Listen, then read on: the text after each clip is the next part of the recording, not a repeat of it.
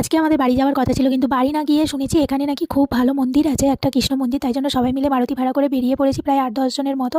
আর আমার এটা ফুল লুক ছিল, এইভাবে সেজে চলেছি। দেখো আমরা রওনা দিয়ে দিয়েছি যে যাওয়ার জন্য। আর গ্রামের ভিউটা জাস্ট অসাধারণ, মাঠকে মাঠ দেখো কি সুন্দর চাষবাস হয়েছে, খুব ভালো লাগছিল দেখতে। তাই জন্য গাড়ির মধ্যে দেখতে দেখতে চলে যাচ্ছিলাম। তা আমরা চলে এসেছি, এটা হচ্ছে কি কৃষ্ণ মন্দির, কিন্তু আমাদের ব্যাড লাক, আমরা এসে ভাবলাম দেখলাম যে পুরো মন্দির বন্ধ হয়ে গেছে। তাই জন্য চলে গেলাম মন্দিরের টিকিট কেটে ভোগ খেতে।